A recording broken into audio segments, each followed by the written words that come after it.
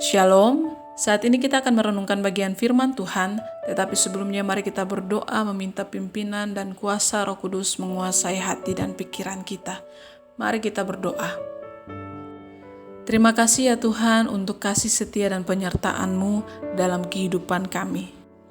Terima kasih juga karena Engkau masih memberikan kami nafas kehidupan sampai detik ini. Terima kasih ya Tuhan karena saat ini kami juga diberikan waktu dan kesempatan untuk merenungkan bagian firman Tuhan. Kami mohon hikmat dan kuasa Roh-Mu yang kudus, sehingga firman-Mu menjadi rema dalam hidup kami, dan hidup kami hanya untuk memuliakan Engkau. Terima kasih ya Tuhan, dalam nama Tuhan Yesus kami berdoa. Amin. Bagian firman Tuhan yang akan kita renungkan pada saat ini terdapat dalam Matius 18 ayatnya yang keempat. Begini bunyi firman Tuhan, barang siapa merendahkan diri dan menjadi seperti anak kecil ini, dialah yang terbesar dalam kerajaan sorga.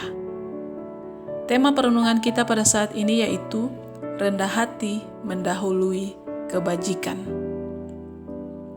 Perkataan Tuhan Yesus ini mengungkapkan bahwa rendah hati adalah sikap mau menerima segala pengajaran dari Yesus, mempercayai ajarannya, serta melakukannya. Kerendahan hati ini begitu penting bagi Allah, sehingga menempati urutan pertama dari 8 sabda bahagia.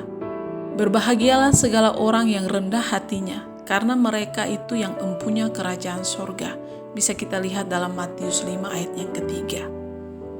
Dalam spiritualitas, kesempurnaan seorang Kristen bisa dicapai saat ia memiliki kekudusan. Untuk bisa menjadi kudus, kita pertama-tama harus menjadi orang yang rendah hati. Kerendahan hati adalah dasar dari semua kebajikan yang lain. Sebab tanpa kerendahan hati, kita tidak dapat sungguh-sungguh memiliki kebajikan-kebajikan yang lainnya. Kerendahan hati juga disebut sebagai ibu dari semua kebajikan. Sebab kerendahan hati melahirkan ketaatan, takut akan Tuhan, dan penghormatan kepadanya. Selain itu juga, karakter kesabaran, kesederhanaan, kelemah lembutan, dan kedamaian itu diawali dengan sikap mau rendah hati. Menurut Ignatius dari Loyola, terdapat 3 tingkatan kerendahan hati, yaitu 1. Necessary humility, yaitu penyerahan diri kepada hukum Tuhan untuk menghindari dosa yang berat. Yang kedua, perfect humility, yaitu ketidakterikatan pada kekayaan ataupun kemiskinan, kesehatan ataupun kesakitan. Yang terpenting adalah kedekatan kepada Tuhan Yesus dan menjadi berkat bagi sesama.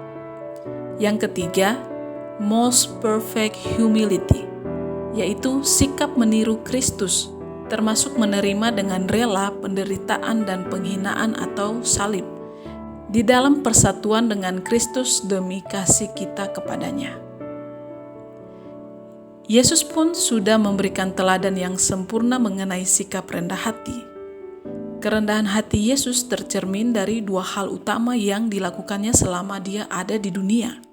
Yang pertama, saat dia sebagai Tuhan penguasa alam semesta, dengan rendah hati menjelma menjadi manusia.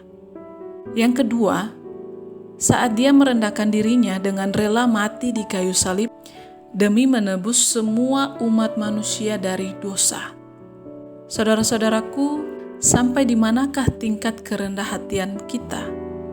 Yesus sendiri telah memberikan teladan yang sempurna kepada kita semua.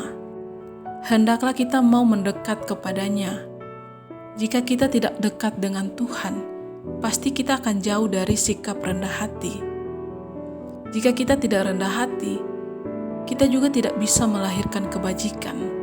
Jika demikian, untuk apa kita hidup? Kebajikan adalah sikap yang tersisa setelah kita dengan rendah hati mengesampingkan kepentingan pribadi kita dan mengutamakan Tuhan dalam hidup kita. Salam rendah hati. Mari kita berdoa. Tuhan Yesus yang baik, terima kasih untuk firman-Mu yang sudah mengingatkan kami Terima kasih kami sudah disadarkan lagi untuk memiliki sikap hidup rendah hati, sehingga kami hidup hanya untuk memuliakan Tuhan dan menjadi berkat untuk sesama kami. Kami mohon pimpinan Tuhan, kami mohon kuasa Tuhan bekerja dan melingkupi kami, sehingga kami sungguh-sungguh melakukan firman-Mu dalam kehidupan kami. Terima kasih ya Tuhan Yesus, di dalam nama-Mu kami berdoa. Amin. Tuhan Yesus memberkati.